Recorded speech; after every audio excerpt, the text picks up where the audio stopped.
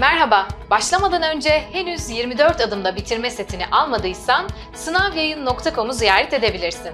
Eğer setle ilgili detaylı bilgi almak istiyorsan sağ köşedeki veya açıklamadaki linke tıklayabilirsin. Bu arada hatırlatmakta fayda var. Bu sete başlamadan önce başlangıç denemesini çözerek seviyeni görmelisin. Öğrenme sürecini takip edebilmen için setin sonunda yer alan bitiş denemesini çözmeyi unutma.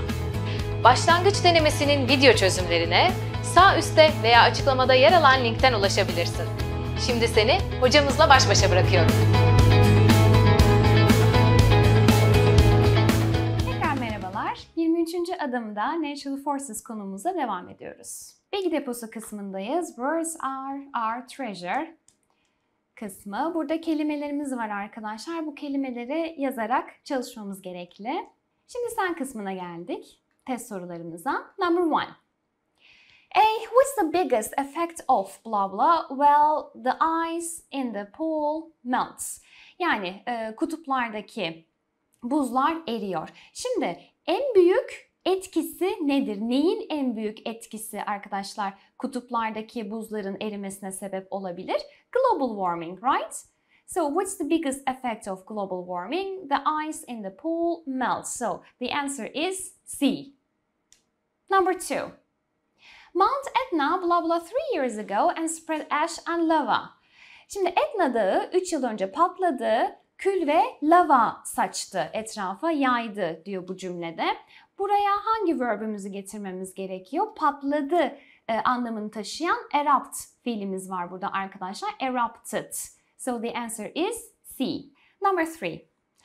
Are all natural forces blah blah? Not really. Some of them can be useful if we can control them. Aslında değil, bazıları kontrol edebilirsek işe yarar bile olabilir diyor B'de arkadaşlar. O zaman bütün doğal afetler felaket midir diyeceğiz A seçeneğinde. Bu ifadeyi de tamamlayan A şıkkı. Disasters. So the answer is A. Number 4. What happens in, yani burada bir doğal afet var muhtemelen. Ne olur diyor. Well, the soil becomes unusable because of waste. Yani atıklar yüzünden toprak kullanılamaz hale geliyor. O zaman hangi kirlilikten bahsediyor olabiliriz? Soil contamination, yani toprak kirliliğinden bahsederiz. So the answer is C. Number 5. What causes global warming? Yani küresel ısınmaya ne sebep olur? Cause sebep olmak demektir. Which choice cannot be used to complete the blank? Yani boşluğu hangisi tamamlayamaz? Şimdi global warming'e ne sebep olur arkadaşlar? Air pollution, hava kirliliği sebep olur. Gases in stratosphere, yani stratosferdeki gazlar sebep olur. Fossil fuels, yani bu fosil atıklar, fosillerden çıkan gazlar sebep olabilir. But energy shortage cannot cause global warming, so the answer is B. Number 6. What can we do to have a better world? Yani daha iyi bir dünyaya sahip olmak için ne yapabiliriz? Which choice cannot be used to answer the question? Hangisi gelemez? We can produce a lot of toxic waste. Bu olumsuz bir cevap olur arkadaşlar. Olmaz. We can conserve the wildlife. Yani vahşi hayatı korumalıyız. Yes, we can do it to have a better world. We can protect the ecosystem. Yes, ekosistemi koruyabiliriz. We can preserve our natural resources. Yani doğal kaynaklarımızı rezerve edebiliriz, koruyabiliriz. Bu üç şıkkın hepsini yapabiliriz daha iyi bir hayat elde etmek için. Ama A seçeneği yanlış olur arkadaşlar. So the answer is A. Bilgi deposu kısmındayız tekrar. Buradaki kelimelerimizi de hem görsel olarak hem de yazarak çalışmalıyız. Şimdi sen kısmına geldik. Tekrardan test sorularımızdayız. Number 1. If we don't take action against all the smoke and waste, blah blah will be a serious problem. Yani eğer gazlara karşı, yani dumana ve atıklara karşı eyleme geçmezsek, blah blah will be a serious problem. Yani çok ciddi bir problem olacak. Nedir bu arkadaşlar? Pollution, yani kirlilik ciddi bir probleme dönüşecektir. Zaten pollution da smoke ve waste yüzünden olur. Yani gazlar ve atıklar yüzünden olur. So the answer is C. Number 2. To reduce pollution, yani kirliliği azaltmak için you can ride your bicycle, walk or use public transport. Which form of transportation is not mentioned? Hangi çeşit ulaşım aşağıda bahsedilmemiştir? Ride your bicycle. Bakıyorum. Yes, it is mentioned here. Walk. Yes, we can walk here to reduce pollution. And public transport we can use. This is public transportation.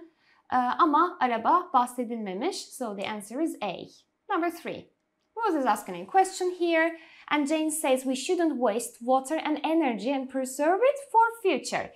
Yani suyu ve enerjiyi boşa kullanmamalıyız ve gelecek için rezerve etmeliyiz. Cevabımız ne olabilir arkadaşlar? Baktığımızda D seçeneğine what can we do to save the earth? Yani dünyayı kurtarmak için, korumak için ne yapmalıyız sorusunu sorduğumuzda bu cevabı verebiliyoruz. So the answer is D. Number 4. In poor countries, blah blah causes people, especially children to die. Yani özellikle çocukların ölmesine sebep olan fakir ülkelerdeki bu doğal afet ne olabilir arkadaşlar? Kıtlık değil mi? Famine. Çünkü ne diyor? Especially children to die. So the answer is B. Number 5. Which sentence best describes the picture? Hangisi resmi en iyi tanımlar? A drought is period of time when there is little or no rain. Burada arkadaşlar kuraklıktan bahsediyor. B seçeneğinde a tornado is a violent wind that has a circular movement. Burada da tornadodan bahsediyor. D'de flood is a large amount of water covering an area. Burada da selden bahsediyor. Ama C seçeneğinde an avalanche is a large amount of ice and snow falling down the side of a mountain. Burada da çığdan bahsediyor. Zaten avalanche çığ demek. O yüzden doğru cevabımız C seçeneği. Şimdi adım tarama testi 1'deyiz. Number 1. A blah blah is a situation when there is no rain or water. Şimdi hiç suyun veya yağmurun olmadığı durum kuraklıktır arkadaşlar. Drought, so the answer is A. Number 2.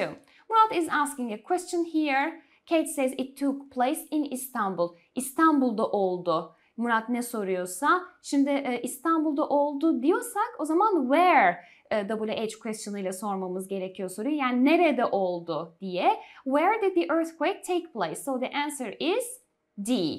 Number 3. There were over 1,000 people trapped under because of the earthquake in 1999. Yani 1999'daki deprem yüzünden birçok insan, yani 1000 kişinin üzerinde insan enkaz altında mahsur kaldı. Şimdi enkaz altında mahsur kalmak demek trapped under debris diyoruz. So the answer is A. Number 4. A or N is a large amount of snow falling from a mountain. Yani dağdan büyük bir miktarda karın düşmesine ne diyoruz? Çığ, avalanche. So the answer is C. Number 5. In 1997, a very big earthquake took place in Sumatra. The earthquake 9.0 in was the most powerful one ever. Şimdi bu ölçek arkadaşlar magnitude oluyor. Yani 9.0 şiddetinde derken burada magnitude'u kullanıyoruz. So the answer is A. Aşağıda verilen eşleştirmelerden hangisi yanlıştır? 6. sorudayız. A'ya baktığımızda a violent storm with very strong winds, hurricane, bu doğru. A long period with no rain, yani yağmur olmadan geçen uzun bir süreç, drought, doğru, kıtlık veya kuraklık. A series of large violent waves in the sea, volcanic eruption. Snow or ice falling from mountain, bu da çığ oluyor arkadaşlar ama volcanic eruption C seçeneğinde bu volkanik patlama demektir. Ama açıklamasında ise şiddetli büyük dalgalardan bahsediyor. O yüzden doğru cevap C seçeneği. Number 7. Which one is wrong? Tornado, landslide, tsunami and flood. D seçeneğinde bu doğru değil arkadaşlar eşleştirme. Çünkü flood sel demek. Doğru cevap D seçeneği. Number 8. When a blah blah happens, the earth shakes so strongly. Şimdi dünya bir şey olduğunda burada when a or an blah blah happens, the earth shakes so strongly. Yani dünya sallanıyor. O kadar kuvvetli sallanıyor ki birçok insanı ve birçok binaya zarar veriyor arkadaşlar. Buradaki ne olabilir? Earthquake. When an earthquake happens, the earth shakes so strongly. So the answer is D. Evet, 9. ve 10. soruları bu pasaja göre yanıtlayacağız. Number 9. Which one cannot be answered with the information given? Yani yukarıda verilen bilgiye göre cevaplanamaz aşağıdaki sorulardan hangisi? Bakıyoruz. Where did the earthquake occur? Bu yanıtlanabiliyor arkadaşlar. Çünkü nerede oldu? Japonya'da oldu, değil mi? Buna cevap verebiliyoruz. What was the magnitude of the earthquake? Yani depremin şiddeti neydi? Baktığımda depremin şiddeti bu magnitude ile alakalı bir bilgi göremiyorum. O yüzden cevabımız B seçeneği. Earthquake in Japan killed thousands of people together with tsunami, caused death of 12,000 people during the aftershocks, was because of the tsunami in the ocean, was strong but it didn't kill anybody. Doğru cevabımız D seçeneği olacak. Çünkü buraya baktığımızda luckily nobody lost their lives. Yani hiç kimse hayatını kaybetmedi diyor. Burada da it didn't kill anybody. Kimseyi öldürmedi diyor. O yüzden doğru cevabımız D seçeneği. Number 11. An earthquake happened in Turkey in 2011. 2011'de bir deprem oldu Türkiye'de. Nearly 18,000 people. Neredeyse 18.000 kişi arkadaşlar felakette hayatını kaybetti. Nearly 18,000 people died in the disaster. So the answer is A. A lot of cars and buildings were damaged in Istanbul last week because of the flood. Burada selden bahsediyoruz. Selle ilgili bir cümle var. Which picture shows the nature of the disaster mentioned in the sentence? Yani cümlede aşağıdaki resimlerden hangisi bu felaketi tanımlıyor? A seçeneği arkadaşlar. Burada flood görüyoruz, değil mi? Sel. So the answer is A. Number 13. What was the blah blah of the earthquake which happened in Istanbul in 1999? Yani burada depremin şiddeti neydi? 1999'da İstanbul'da olan depremle ilgili bir soru var. 7,5. Demek ki burada bize magnitude'u vermiş. So the answer is C. Number 14. Some organizations campaigns for environment and they collect money. Yani kampanya kuruyorlar environment için, yani çevre için ve para topluyorlar arkadaşlar. Kampanya kurmak launch olacak. So the answer is B. Number 15, Erdem is asking a question here. More than 150, it's not too bad. Yani 150'den daha fazla diyor burada. Bize bir sayı veriyor, değil mi? Burada bize bir sayı veriyorsa o zaman hangi WH question'da sormamız gerekiyor? How many ile sormamız gerekli. Bu sebeple B, C ve D seçeneklerini eliyorum. A'ya baktığımda how many houses were damaged? Yani kaç tane ev zarar gördü? 150'den daha fazla. So the answer is A. Number 16. Which matching is not correct? Volcanic eruption, blizzard, wind and hurricane. Bu arkadaşlar hurricane değil, earthquake'tir, yani depremdir. So the answer is D. Number 17. Between 1876 and 1879, a serious blah blah occurred in China. 13 million people died because of lack of water. Yani suyun yetersizliği yüzünden 13 milyon insan öldü diyor burada arkadaşlar. Bu nedir? Kuraklıktır. O yüzden cevabımız B seçeneği. Okay. Number 18. It caused a tsunami there. Şimdi arkadaşlar tsunami'den bahsediyoruz, değil mi? Which picture shows the nature disaster in the sentence? Hangi resim cümledeki bize doğal afeti gösteriyor? Tsunami hangisinde arkadaşlar? C seçeneğinde. So the answer is C. Number 19. After you have a picnic, don't forget to extinguish the fire because it may cause. Yani piknik yaptıktan sonra ateşi söndürmeyi unutma. Extinguish söndürmek demektir. Çünkü neye sebep olabilir? Forest fire'a yani orman yangınına sebep olabilir. O yüzden doğru cevabımız A şıkkı. Number 20. The earthquake 8.5 in was the most powerful one to shake the earth in the last 50 years. Yani ölçeğini söylüyor bize, şiddetini söylüyor. O zaman bu magnitude'dur arkadaşlar. So the answer is B. Number 21. A blah destroyed 10,000 hectares of trees in Greece yesterday. Yani 10.000 hektar ağacın yok olmasına sebep ne olabilir arkadaşlar? Forest fire, orman yangını. So our answer is C.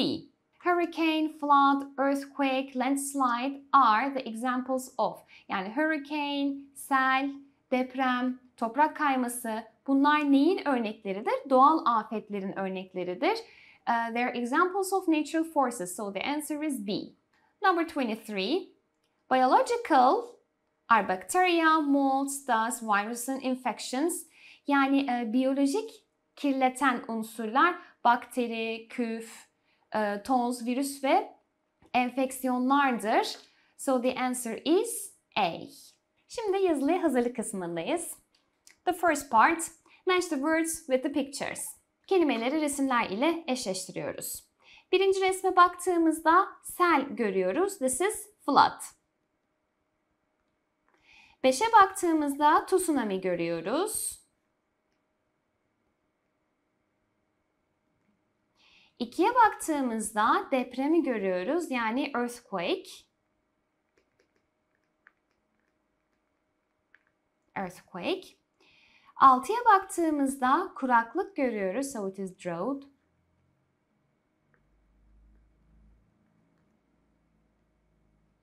Üçte arkadaşlar toprak kayması var. So it is landslide.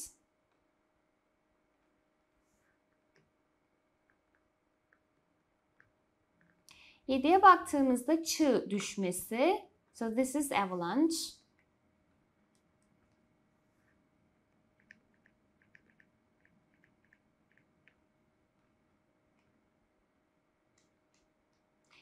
Dörde baktığımızda ise bir fırtına görüyoruz. This is hurricane.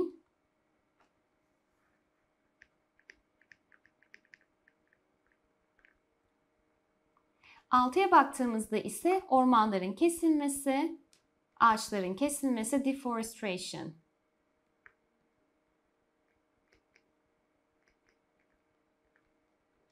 Evet, şimdi yazılıya hazırlık kısmındayız. The first part, match the words with the pictures. Kelimeleri resimlerle eşleştireceğiz.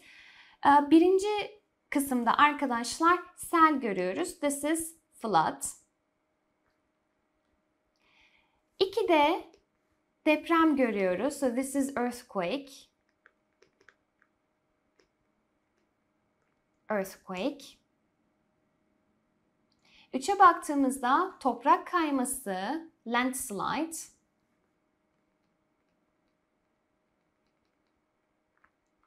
4'e baktığımızda kasırga görüyoruz, hurricane.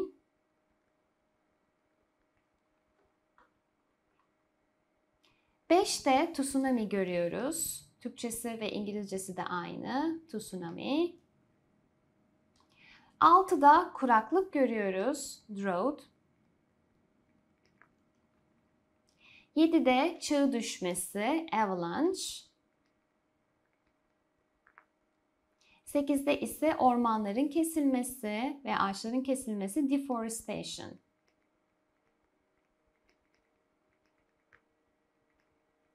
Deforestation. Evet, şimdi ikinci parttayız. Match the given events with the natural disaster. Yani verilen olaylarla ilgili doğal afetleri eşleştirmemiz gerekli. Volcanic eruption. Bu volkanik patlama. Eruption patlama demekti. Lava we have, right? Erupt patlamak demek. And what else do we have? We don't have anything else. Drought. Yani kuraklıkla ilgili. Dry soil, kuru toprak. We have water shortage, yani su kesintisi.